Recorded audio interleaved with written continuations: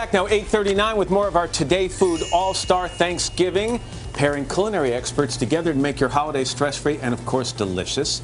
This morning, the ever-popular green bean casserole. Yes, two different ways. Katie Lee is a co-host of the Food Network's The Kitchen. Alex Guarnaschelli judges the Food Network's Chopped Beat Bobby Flay Finale. Katie, Alex, good morning to both of you. Good morning. How much do you love green bean casserole? I love it. This is a classic.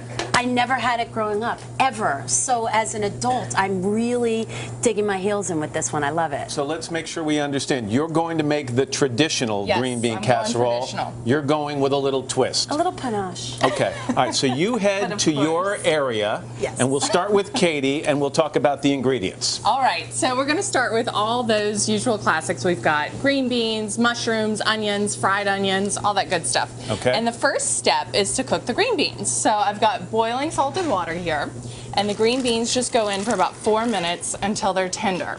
And then you want to submerge them in an ice water bath. Keeps them looking nice Keeps them and really green, yeah. and it stops the cooking. Then just let those drain while you make your cream sauce.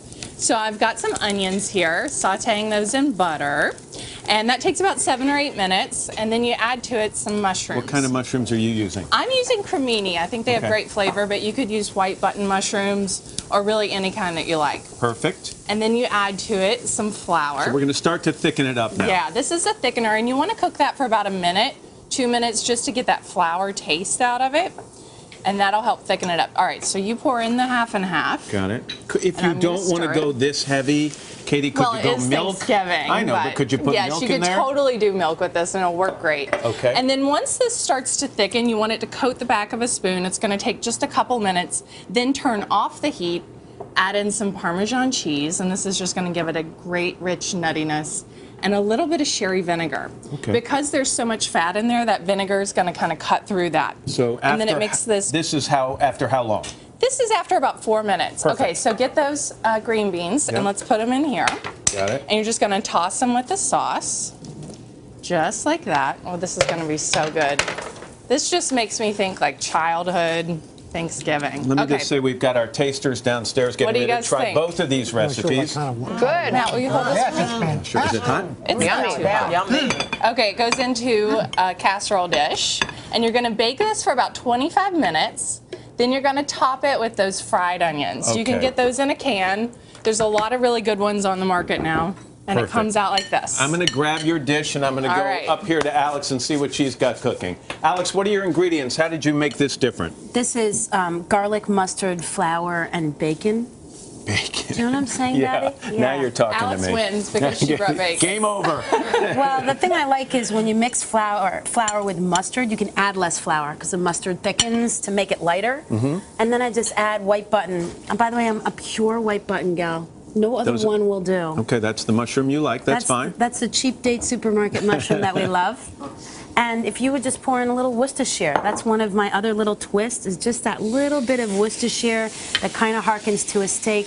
And then once the mushrooms have cooked, then we just add a little bit of milk, chicken stock, and sour cream. That pours a lot heavier than milk. Is that today's show milk. I think that's cream right there. And this is what? And a little chicken stock, and then this is just sour cream, and we just simmer that and kind of let that bubble. That gets that kind of Americana chicken soup vibe going. And then when it cooks more, you've added the green beans. Did you pre-cook the green beans the same way Katie did? Yeah, just in boiling salted water.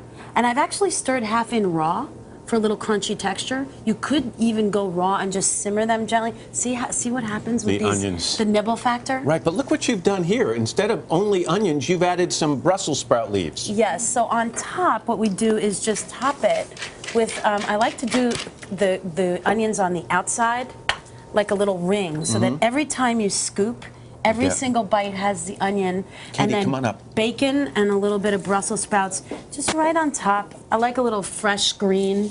And by the way, feel free to overdo it. Okay. It's Thanksgiving. Guys downstairs, thumbs up. What do you think? I love it. What a great breakfast. Brussels sprout Pre-Thanksgiving Election Day breakfast. See, we didn't think you could do anything more with a traditional green beans casserole, and look what you've done. And yours is fantastic. Yeah, this is a crunchy little forest on top. You know what I mean? Perfect. Great.